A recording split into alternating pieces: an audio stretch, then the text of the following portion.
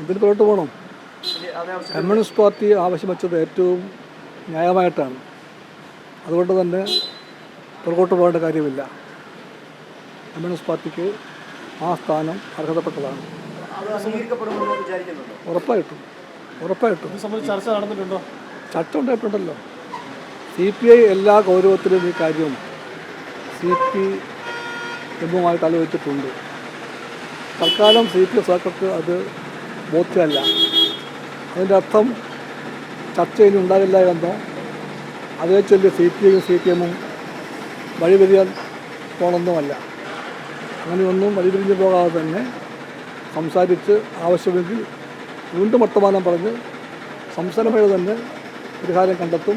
ആ സ്ഥാനം CPIക്ക് പൂർണ്ണമായും ആവശ്യപ്പെട്ടതാണ്. അത് കിട്ടിയിരിക്കും.